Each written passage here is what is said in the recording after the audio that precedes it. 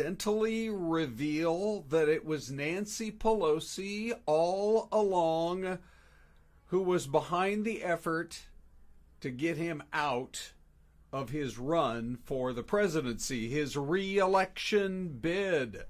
Well, we're going to be talking about that. And it also turns out, good morning, everybody. I'm Ron Hoon, and this is Fox 10 Talks.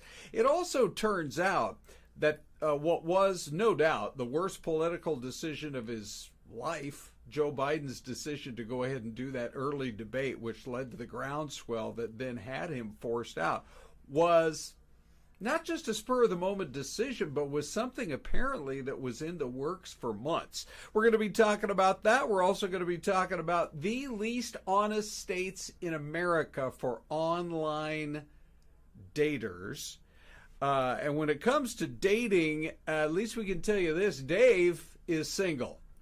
And Dave is tired of waiting for the right lady to come along, so he's got a whole new approach. It's great. Plus, it wasn't just plushy toys at this arcade. The shocking discovery, can you tell what it is? The shocking discovery made inside the arcade's claw machine. But let's get right into the big story this morning. A lot of people talking about it, and so are we, because just a lot of interesting info coming out over the last few hours. So whether he meant to or not, President Biden mentioned Nancy Pelosi by name when explaining the effort to push him not out of the presidency, well, to push him out of what he was hoping would be 4 more years in the White House, something people who are critical of the whole process have been calling a coup. Here's his quote. "A number of my Democratic colleagues in the House and Senate thought that I was going to hurt them in the races, and I was concerned if I stayed in the race, that would be the topic. And you'd be interviewing me about why did Nancy Pelosi say, why did..." And then he kind of changed the direction of his thought and said, "I thought it would be a real distraction." So that's what he said in this interview with CBS. He said that the polls had showed that it was still neck and neck and it would have been down to the wire, but Nancy Pelosi apparently didn't believe that. She has been pressed now on her role in the whole thing. And I want you to listen closely to her words here because it's pretty revealing. So this was also on CBS. She says, "No, I wasn't the leader of any pressure campaign. Let me say things that I didn't do. I didn't call one person. I didn't call one person. I could always say to him, I never called anybody." Now, the people that watch our podcast here on Fox 10 Talks, I think are pretty politically savvy. If that's the quote, "I didn't make a phone call to anyone," and she's stressing that there wasn't a phone call made, does that mean that there weren't in-person conversations? That there weren't just some casual chats? That there wasn't maybe some sort of online trail that's out there? Who knows? But I mean, all she was willing to say, "I could always say to him, I never made a phone call." So, we also come to find out that, oh, by the way, the other thing she said is, "He knows that I love him very much," and didn't want to speak about the topic much further. But she also revealed that they have not spoken since. So if things are so great, she loves him and everything else, why have they not spoken since? So the other angle that we were going to talk about, the whole decision to do that debate before he officially, it's not until the convention happens. And so, convention happens. Next thing you know, they'd be all wrapped up. But that wasn't the way it worked. So Anita Dunn, a top advisor, telling Politico's Deep Dive podcast, because she was right there in the room, she said, "We had started discussions early in the spring, maybe," she says, "even late in the winter." So she's trying to figure it out. Was it February, March, April, that they wanted to change that format up, whether we even wanted to do it earlier. She said that they felt comfortable having news organizations host them, and the Trump campaign already said they wanted the commission to host them. And then the host asked in the podcast, did you have any doubts about the president putting him in that situation that early? And she said no, because he won both debates in 2020. We felt that strategically it would help the campaign to jumpstart and give us some momentum. So he was looking at a period where he was going to have some decent political momentum. The Republican convention wasn't until July. So that it was that debate. You know, she even defended the debate, saying, okay, he didn't have a great first half, but after that he was okay. But, you know, it developed its own narrative coming out of that. So anyway, the world of politics just gets more interesting by the day, and we're going to stay right on top of it for you here at Fox 10 Talks, which, by the way, you can catch us live on the Fox local app and on our YouTube platform, or you can just continue to watch later in the day on YouTube. On to our other top stories of the morning now. And you see the sign at a vigil that was held for a young man here in the Valley of the Sun, Justice for Imani. Now, if you're watching from other parts outside of the Metro Phoenix area, there was a man who was shot Friday night going into early Saturday morning at about 27th Avenue in Van Buren, and he was shot by police and died. His name was Imani Jackson. It happened in a neighborhood only about a mile or so from the Arizona State Capitol, 27th Avenue in Van Buren. So they had heard a call of shots fired. They get to his vehicle, and he takes off. So, you know, you never want to be in, that's a felony right there. You don't want to be in that situation. Police are thinking, okay, what's going on? We have a call of shots fired. B, he's fleeing us. Eventually, he stops and gets out of his car, and that's the surveillance video right there. He's out of his car. He's got his hands up, but he's walking away from police, at which point police start jogging toward him. He reached, according to some reports, reached for his waistband, and police opened fire. His family, heartbroken, of course, and the vigil is being held. But, of course, that's one of the big questions is why? Why would you walk away from police? And we'll see. We'll see what happens here as this story continues to unfold. If you, by the way, let's welcome Celeste to the microphone. Hi, Ron. How's Good it going? to see you. It's going very well. How was your weekend? It was great. I spent some time up in Payson. Yeah, Rim Country. Did you happen to see the picture that I posted? Oh, my gosh. I don't think I did. Okay. Did you have some storms? Did you get storms up there in Payson? Yes. Let me find it here, Celeste. Hold on. This is very spur of the moment. While you're searching for that photo, let me share with everybody else. Okay. When Gary and I took the kids up to the high country, and we went to go visit you in Payson. Yes. And we saw a bunch of elk. Oh, just like standing like on the sidewalk. Like they're just they're just like they're like hey, you're in our neighborhood. Please leave. Celeste, I'm going to have you. There's the picture. Oh my gosh. Incredible? Was this from Can you hold it up? Look at that. Wow. Yes. That is nuts. Isn't that crazy? Oh, wow. So did you get a lot of rain up there? No, of course. Just you know the way the monsoon works anymore, right? It's thunder, it's lightning, it's wind, but whatever happened to the rain? That looks like, look at the top with the light coming through. I know. I would have thought it was like Armageddon or something. I'd be like, what's happening? Who's coming from the clouds? Okay, now... We don't want to frighten anybody. We try to do a friendly podcast that doesn't scare you right out of your clothes. So anyway, yeah, that was my weekend. Glad you guys had a good one too. Yeah, we did. Let's talk about the Cybertruck. Let's do it. Because have you noticed more and more of them in traffic lately? Oh my goodness, they are everywhere. Yeah. I see them everywhere. I saw them at Costco. Yeah. See them on the road, freeway, streets, everywhere. Right. I saw a guy driving on Signal Butte Road in far East Mesa just yesterday. And he kind of sped up and took off from the, he's thinking, Yeah. I'm driving this cool. Well, get this. Anybody who bought it at $60,000 is feeling very relieved because you can't buy the $60,000 Cybertruck anymore. Now, the lowest price you can find is $100,000. That is crazy. What the heck? That's crazy for a vehicle? Well, here's the problem. It's that old rule, Celeste, of supply and demand.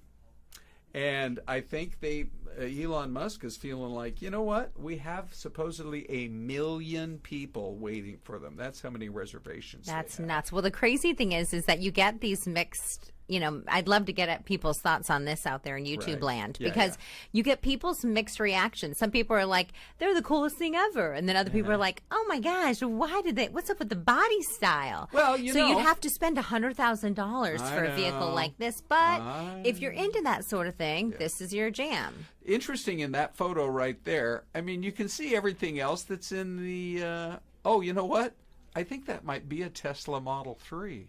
On the other side of the road there. Sure does look like it. And then you got your standard trucks off in the distance, and everything's kind of been looking the same for so long. So the fact that it's new, I think, makes people, curious about it. Absolutely. But they have been selling one for $60,000 with a range of 250 miles, and you can't buy that one anymore. We don't know if it's coming back. The lowest price truck on their website now is $100,000. Had a little better mileage of $300,000, but some customers are like, what's that show?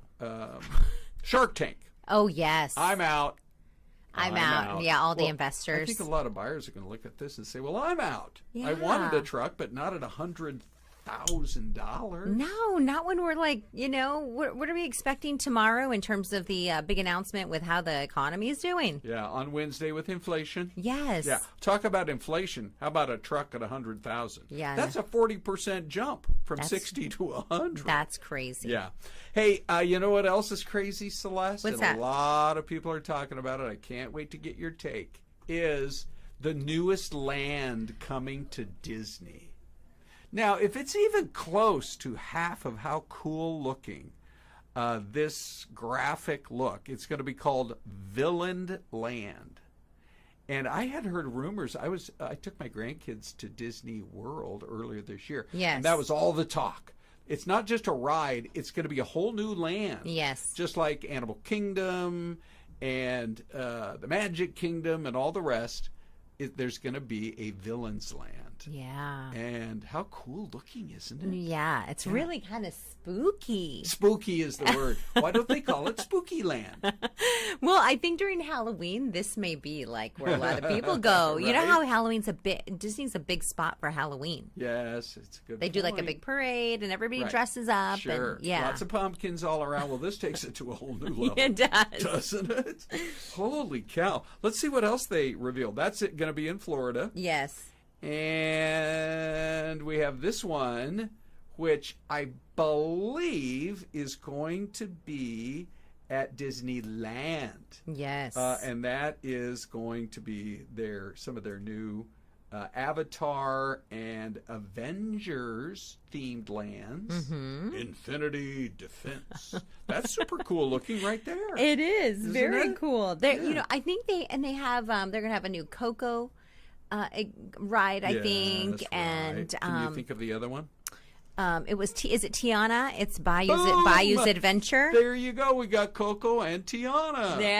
Yeah. So, they're going to be coming to Disneyland. In fact, the Tiana Adventure is going to replace Splash Mountain in November. Some of these others are going to take another 2 or 3 years to get going, or 4, but I don't know. Does it make you want to go back? Actually, yeah. Yeah, You want to see some new stuff. I mean, It's a Small World is fine, but how many times can you go through on that little boat? Well, have you been through it's been a few years for me, but I'd been through as a kid, and when I went through a couple of years ago, they added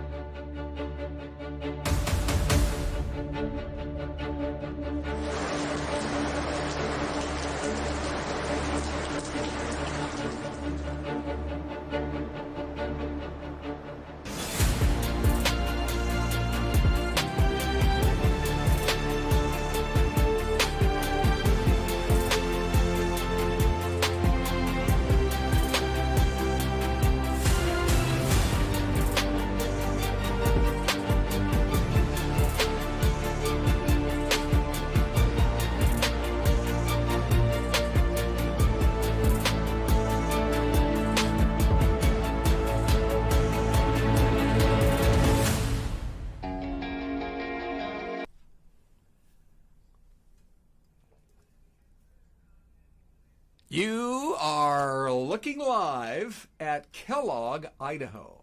Oh. Just the way they framed it with the trees there. It's a big ski resort town. And you have right next door is Coeur d'Alene, and that's a big golf resort town. Yes. So they got everything going on. But I got to tell you, Celeste, it's just outside of Spokane.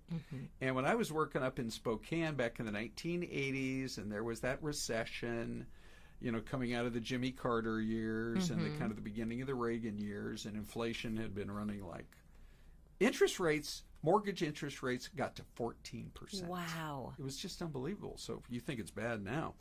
But anyway, it was at the time really just a kind of a silver mining town, and it was slow going. Yeah, you know, it's just been like what in the last, I feel like maybe 15, 20 years that people have discovered it. Yeah. And discovered Boise. Yes, right. And that's the capital of the state. Yeah. Idaho is hot.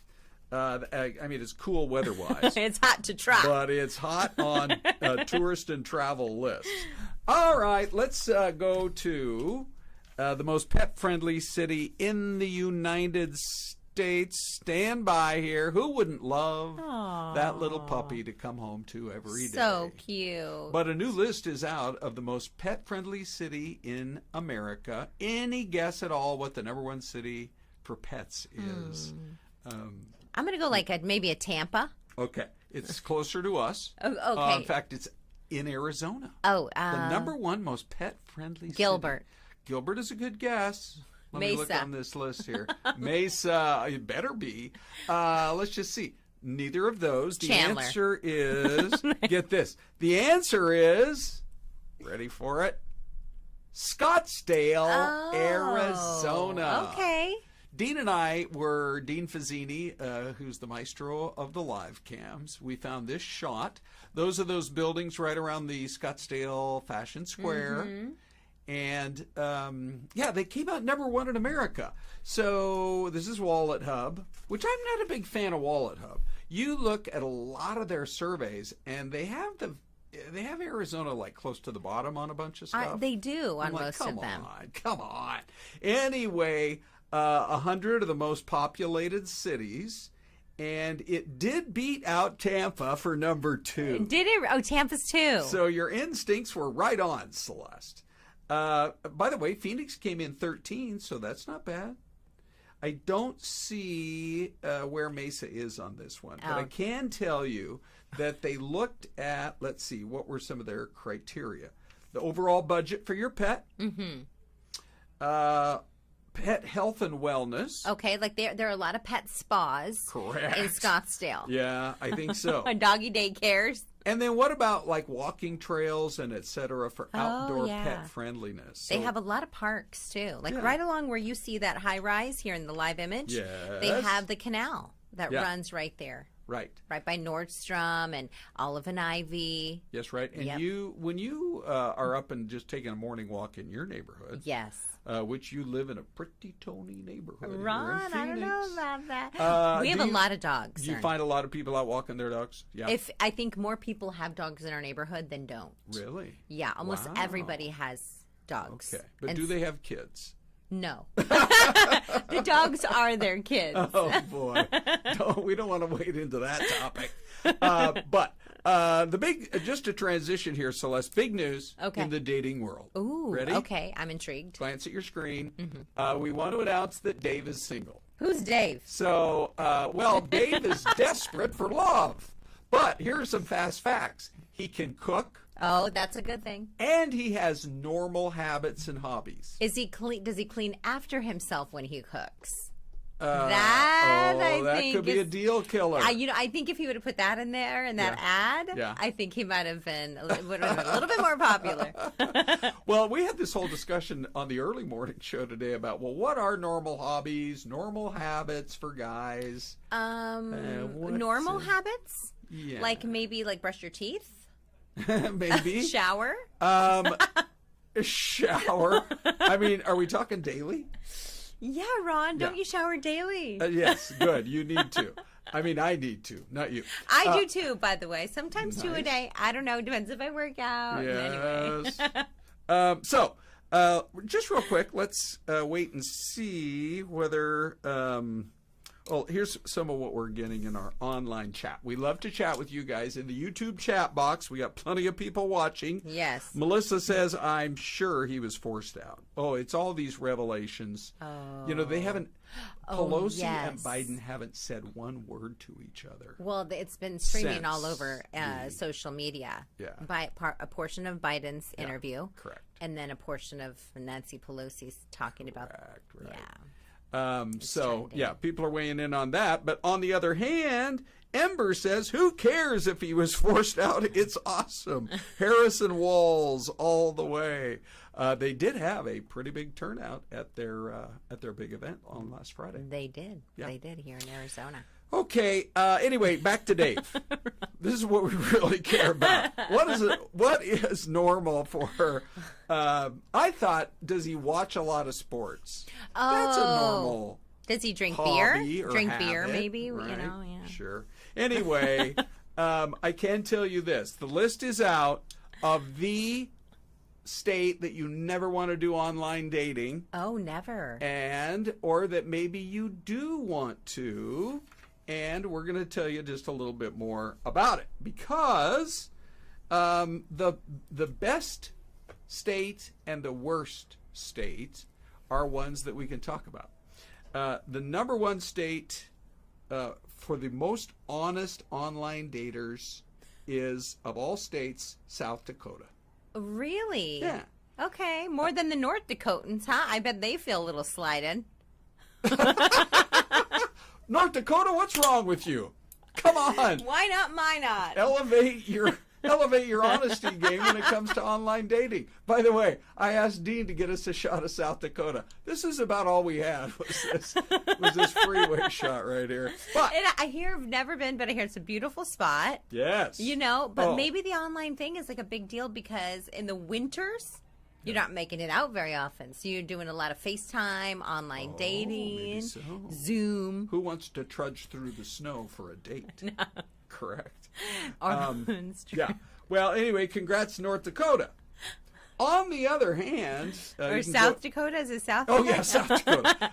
Anyway, they're at a 7.5 on the honesty scale. New York barely clears a 3. Dino, you can go back to New York. Of course. This confused me because it didn't look like New York.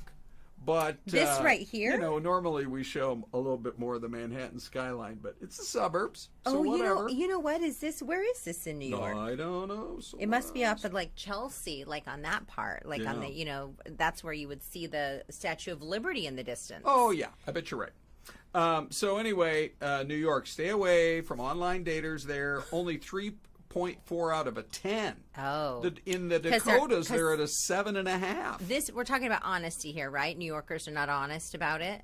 They're not honest, yeah. And you want to know what are the facts that are being lied about? What's that? Number one, are you familiar with people who get into the online dating world? What would be, off the top of your head, do you have a guess as to what would be number one thing this may be more guys. Their age. That's number 2. Okay, what about their weight or height? Their relationship status. No. They get on there and say they're single when they're not? Correct. Scandalous. I know, but apparently 32% of... You would never do that, Ron. Correct. And I don't mean to throw guys under the bus here, but I'm betting it's a lot more guys than the ladies. Yeah, because maybe they're unhappy in their current relationship or something. I don't know. Sure. Now... Well, this is crazy. We need to delve. How much time do we have left? Can we talk about this some more? Should we do a whole show on it tomorrow? We should. Yeah. Let's see. Can we have a psychologist on? Because we need to understand the men's psyche a little bit more. Yeah. The other thing is still pretty high up there. More than 20% say just their basic looks. Oh. You can't post a photo of you from like 14 years ago. No. Or like your best friend. Yeah, or when you had hair and you don't now, or vice versa. Yeah. The Rogaine didn't work. But anyway, most honest, South Dakota. Number 2 is Alaska. Okay. If you find a guy, ladies, who's in one of those 2 states, they're good. You have a better chance. Yeah, they're good. Or at least they're honest. Yeah. Okay. More dating advice from Celeste tomorrow. But did you hear about the arcade? You know, you go to these arcades, Celeste. Yes. And they have these claw machines. Oh, yes. Yeah. So did you see what? It wasn't just plushy toys in one of them. Ready? Here's what it was. That a squirrel? Is that a squirrel? It's a groundhog. Oh, groundhog. Yes. Can you believe it? Oh my gosh! How did that thing get in there? Was this in Pennsylvania? Yes. I'm guessing because that's where they have Groundhog Day. Yeah, so I was guessing. That's probably a former Punxsutawney Phil right there. You know what? Or he's upset probably. He's like, I'm out of here. They replaced me. I'm out of here. I think the thing that freaked him out was the mirror because he's looking in that mirror and he's like, oh. Who are you? He's finally seeing his salt and pepper fur. So well, that's it was happening. at the Meadows Family Fun Mini Golf. Yes, Celeste, you are correct. In Pennsylvania, they had to call the state game warden out. And, I don't know. Oh. Those things never work for me, those They claw machines. never do. Yeah. And then you end up spending $10, $15, $20 at that machine when you could have purchased that other thing at like $5 below. For $2. There's a lot of buyer's remorse at the claw machine. Let's do it, Celeste. We have to wrap up already. Oh, darn. I don't know. Maybe 30 minutes isn't long enough of the show after We're going to help you all look for love, though, tomorrow. That's for sure. Good, yes. And keeping people honest. Okay, so there is a town with one high-rise. Oh. And so this we is do the mystery cam. That is correct. Hang on, we got a few more. Let's see. Okay. Dun, dun, dun, dun. Okay. Anyway, yeah. What do you think? One high rise. What town has one high rise that looks like it was built in the 50s? And it's flat. Yeah, flat. Like I don't know. Like what's a flatland? Nebraska? Sure. Or Iowa? Yes, both. The Midwest. I think Nebraska's flatter than Iowa. You know what? I'm gonna go with. What about South Dakota? Is that flat? Is that flat? They're honest, but they're flat. Okay, I'll go with like a. I'll go with like a Nebraska. Okay. Just for fun. I think that's pretty good. I'm gonna go with an Oklahoma. Okay. And we're going to reveal it right now. Ready, everybody? Here comes Celeste on the Celeste cam. Big Spring, Texas. Big Spring, Texas. Where's this? I don't even know. But I think it's in the western part. It's Dean not... Fazino, he stumped you? Can you believe it? Oh, my gosh. Well, it's in the western half. Let me say that. Because you Okay. can just tell by looking at it that it's not super lush. Like I almost I Houston. interviewed in Lubbock. That was my very first interview out of college. Oh my God. That's in Western Texas. That's a story for tomorrow on the show after the show. Celeste, we got to wrap it up.